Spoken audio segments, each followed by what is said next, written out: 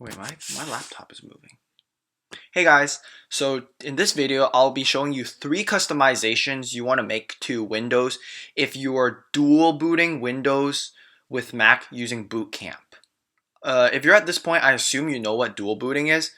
Dual booting is where you take your hard disk, you partition it into 2 pieces, and then one piece of your hard disk you use it for macOS, the other piece you use it for Windows. So I'm just gonna assume that you know how to dual boot. Okay, so if you want to dual boot, you just go online, search for how to dual boot. There's plenty of videos talking about how to dual boot using macOS bootcamp.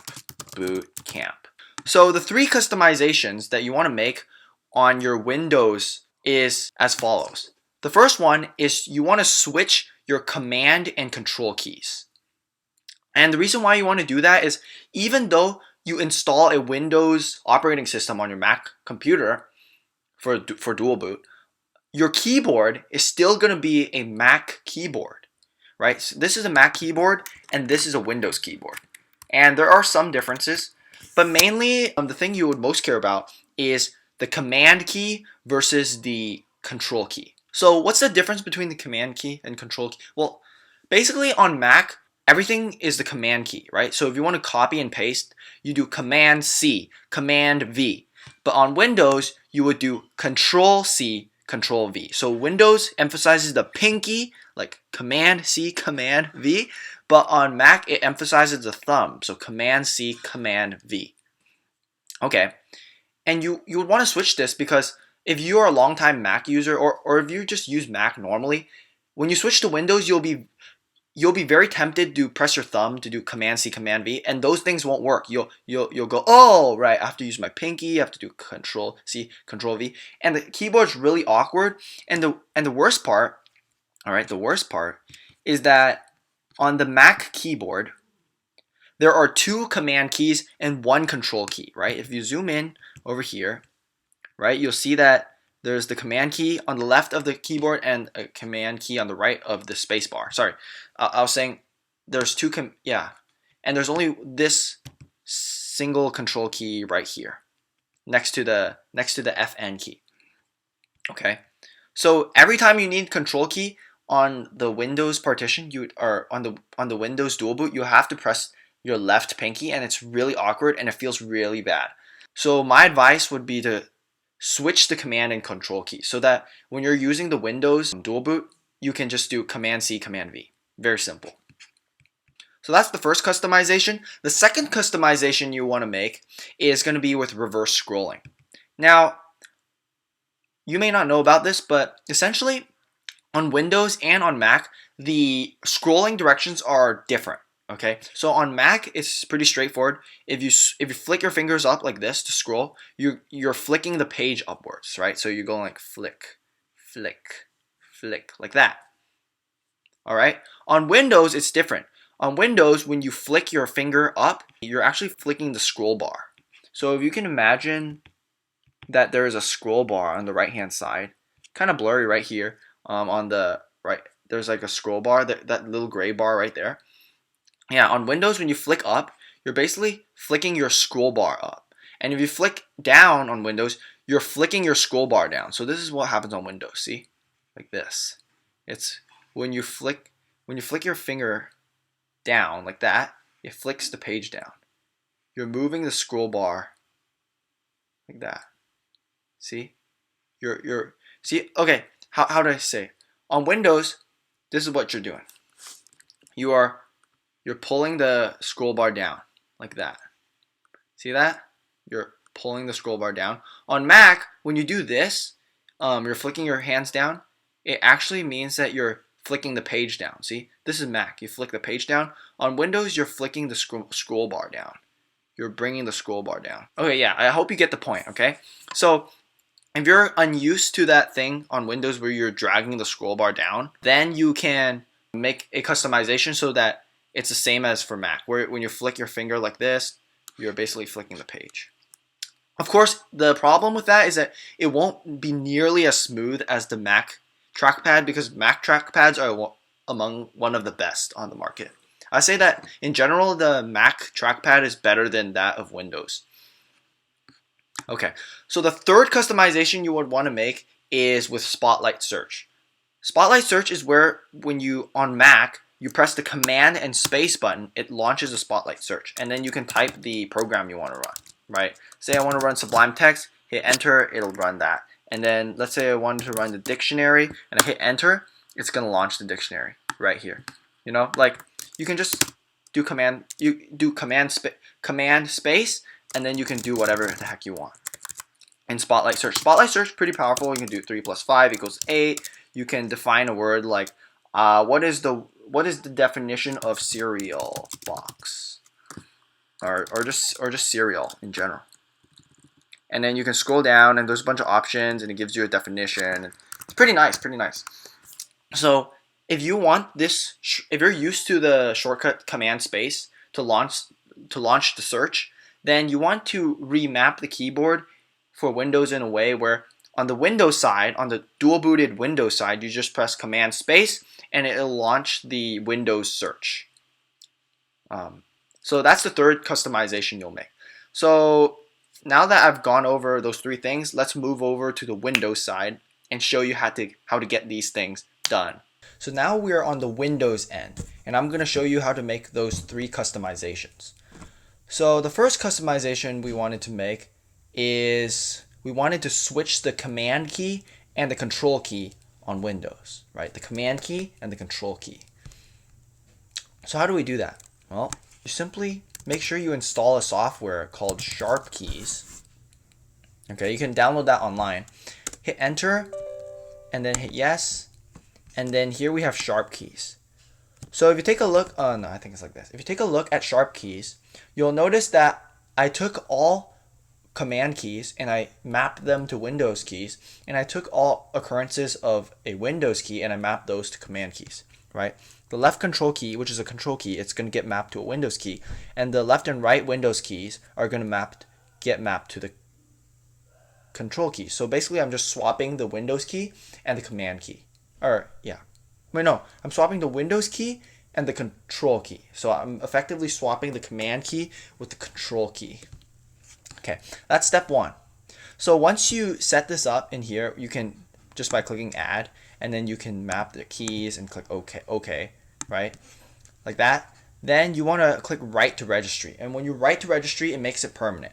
Of course, you can go in here and change it and then write to registry and erase what you just did, which is fine. But anyway, you want to set it up like the way I did. Click Write to Registry, and then after that, you want to sign out, and then you want to sign back in, and then the changes will be made.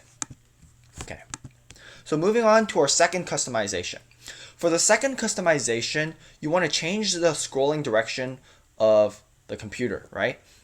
So the way you can do that is you can go into Reg Edit, like that, and then hit Enter, and then allow it to make changes. And then this is the Reg Edit prompt. Okay, let me shrink this video, or shrink this thing a little bit. All right, so it's gonna look something really long like this. Okay, you have to make sure you type out basically exactly like this long and navigate to this kind of folder: computer, H key, local, system, current, blah blah blah. All right, and then once you get into here, right, by navigating through this fat folder, you're gonna look for wherever it says flip flop wheel. You want to replace that from a 0 to a 1. That basically says to flip the scrolling direction. So right here it says 1. So that I've already made the change. For yours, it's gonna say 0. Make sure you change it to 1 and then click and then OK that. And so with these list of all the different mouse drivers, just make sure or whatever these mouse things are. Okay, you want to go in there, look through every single one, device parameters, go to flip-flop wheel, switch this from 0 to a 1. I have it 0 here, but you want to switch that to a 1, like that. Okay. And yeah, and then you want to go into each and every one. This one doesn't have a flip-flop wheel, so you go to the next one. All right. Device parameters. Go to flip-flop wheel. Change that from a 0 to a 1. Right, and then you try the next one, which actually doesn't have anything, and then you try the next one, and then it has flip-flop wheel. Change that from a 0 to a 1. Okay. So you just do that for all of them, and after you have changed all the zeros in flip-flop wheel to 1, all you have to do next is to just go to you just simply just sign out, sign back in, and then the changes should be made. Okay, the last part is you want to be able to you want to use command space to launch the search bar. So when I do command space, you want to do this. Command space, it closes. Command space, right? Okay. To do that, what you want to do is you want to go online and you want to search for a program called AutoHotkey. So I'm going to show you AutoHotkey. Okay. So this is, so you go and search AutoHotkey like this. Alright, this AutoHotkey is an old software created in 2013, but it's still active today. It's still active. And you basically take AutoHotkey, you download it, and then once you're done downloading it, you want to write a AutoHotkey script. So right here on the bottom, the green H, that shows that an AutoHotkey script is running. And basically, you want to edit that. You want to edit the AutoHotkey script to make sure it contains the first line. The other lines that I have here are just additional customizations, but the one you care about is you want to map all command space to be control space. Okay. The reason why, okay, so this is the input. It might be kind of small. Can I make it bigger? Yeah, I make it bigger for you to see. Okay. So what it does here is it's gonna, this is the input. All right. Control space, and this is the output. So you may be confused. How come I'm using control space as the input instead of command space? Well, remember how earlier with the sharp keys we reversed the we exchanged the command key and the control key. So now Windows is treating our command key as if it were a control key, and treating the control key as if it were a command key. So it's basically a vice versa kind of thing. So, or it's vice versa. So here here is just saying, okay, control space, or I should say actually command space, like the logo is a command space. So just take command space. Every time the computer gets a command space, it'll send a control escape signal. So if you don't know, on Windows, if you press control escape, it actually launches the shortcut. It actually launches the search bar, right? If you press down the control key, like normally, if you press down the control key and hit space, it'll launch the search. So basically here it's saying that every time you see the command space, it's gonna treat it like a call to control space, and that's basically gonna turn on. It's gonna open up the search bar, the search prompt, and then you can press that again to turn it off, or just hit the escape key. And then so basically at the end of the day, you just do command space, yay, and then command space. You can type some stuff. This is the weird part though. If you hit escape the first time, it escapes. But if you do command space and you type some stuff, and you type command space again, it opens up this version, and then it hits escape. Okay, if what I just said didn't make sense, don't worry about it. Basically, if you hit command space, it'll launch kind of like Spotlight search. Okay, so those. Oh yeah, once you're done editing the script, make sure edit. Make sure you click the reload the script button, or after you edit the script, make sure you do a Control S or Command S, whatever, just to save it. And after you're done saving it, make sure you reload the script so that the computer knows that you edited the script, and it should be running the new version of the script. So hit reload the script, and then the script should be working.